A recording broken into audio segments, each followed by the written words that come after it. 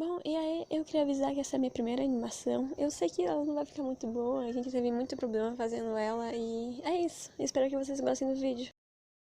Localização geográfica. Grécia Antiga abrangia as terras ao sul da Península Balcânica, as ilhas do Mar Egeu, a costa da Ásia Menor, o sul da Península Itálica e a ilha de Sicília. O litoral grego possuía litoral recortado e relevo montanhoso. Origem da democracia. A palavra democracia tem sua origem na Grécia Antiga e se origina de demo, que é igual a povo, e cracia, que é igual a governo. Esse sistema de governo foi desenvolvido em Atenas, uma das principais cidades da Grécia Antiga. Embora tenha sido o berço da democracia, nem todos podiam participar nesta cidade. Mulheres, estrangeiros, escravos e crianças não participavam das decisões públicas da cidade. Portanto, esta forma antiga de democracia era bem limitada. Ela foi essencial para a organização da política das cidades-estados gregas, sendo o primeiro governo democrático da história. Tirania. Por volta do século 6 a.C., surgiu uma nova forma de governo na Grécia Antiga, a tirania. Tirano era um governante que tomava o poder à força e valia-se do apoio popular para exercê-lo, de modo autoritário. Geralmente, ele governou em favor dos mais pobres, mas sem respeitar as leis e usando a violência contra os adversários. O primeiro e mais importante tirano ateniense foi Pisistrato, deu menor poder aos eupátridas e contribuiu mais para a reforma agrária, e depois seus filhos, Hípias e Eparco, assumiram a tirania sem conseguir, no entanto, dar continuidade à obra do pai. Democracia em Atenas no período arcaico.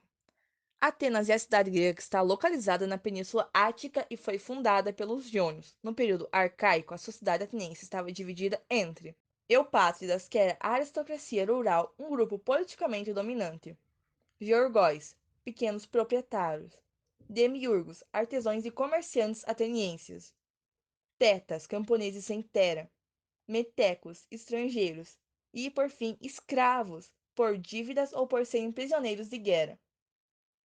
Os legisladores nesse período eram os irmãos Drácon e Solon. O governo de Drácon foi marcado pelas leis escritas, que eram marcadas pelo rigor e pela severidade, tendo mais insatisfação popular.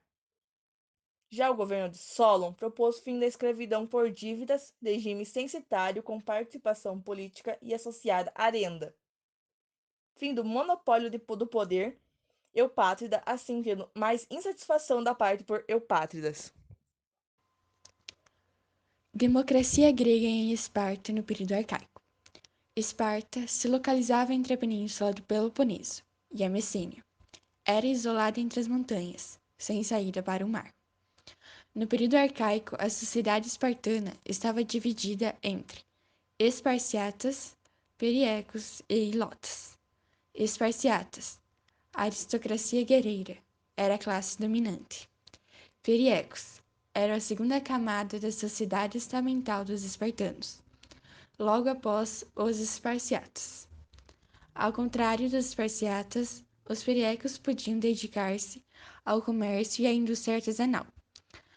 A segunda camada social era composta por populações livres, porém sem direitos políticos. Ilotas eram os servos da Grécia. Diferentemente dos escravos, os ilotas eram propriedade do Estado, que administrava a produção econômica. O poder pertencia a Jerúsia, um grupo de 30 anciões, que eram chamados gerontes, com mais de 60 anos e com poder vitalício, do qual faziam parte 2 reis. Os gerontes propunham leis, julgavam causas e decidiam pela paz ou pela guerra.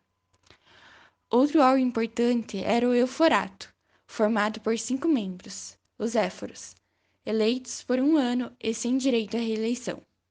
O euforato era responsável pela educação, pela mobilização das tropas e, além disso, podia convocar a gerúsia e a apela. Com base nessas características, podemos dizer que, apesar da existência dos reis, o sistema político de Esparta era uma oligarquia.